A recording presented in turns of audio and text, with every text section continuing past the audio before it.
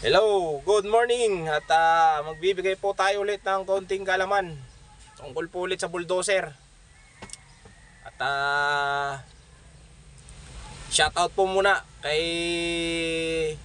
William Mias na nag-send sa akin ng picture kung ano daw po yon. Yung picture na po sinend niya sa akin, ipapakita ko po mamaya sa inyo. Yan. Yun po yung tinatawag na mechanical na bulldozer na sinasabi niyang 155. Opo. Sinauna na po. Pero nung ako po yung nag-Saudi, nakakita na po ako noon. Kaya lang nakatambay lang siya noon. Ewan ko lang kung operation siya. Pero dito sa Pilipinas, nakakita na rin po ako ng mechanical ng bulldozer. Mahaba po talaga sablay. Yung talaga nakita ko na operation pa rin hanggang sa ngayon.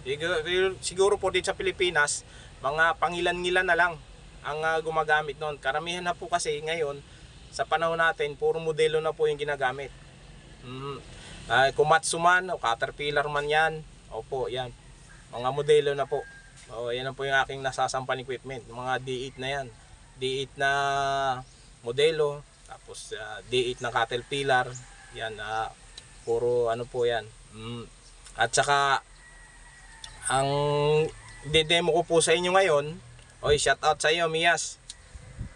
At tuloy-tuloy po tayo sa pagbibigay ng ID ng konting alaman dito sa bulldozer para kung gusto niyo po mag-TESDA at mapanood niyo po ito, magkakaroon po kayo ng knowledge tungkol po sa bulldozer.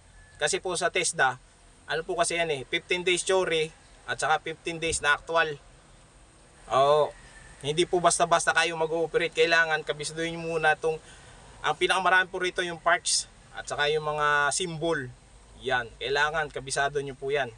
Lalo na kung magkaroon ng trouble para madali nyo kaagad ma-report. Opo, kung ano yon at kung saan. Ganoon lang po.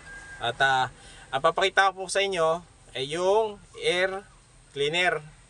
Opo, yun, chinecheck po yun araw-araw. Lalo na po pagka ang area maalikabok.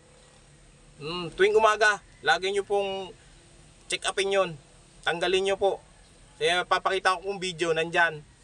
At kailangan tanggalin yun, tapos ipagpag. Yung pong pagtanggal ko, malinis naman po, bagong palit. Binalik ko rin po kaagad. Yun po. Kaya panoorin nyo po yung video kung ano po yung air cleaner na pasok daan po hangin papuntang makina. Sige, bye bye!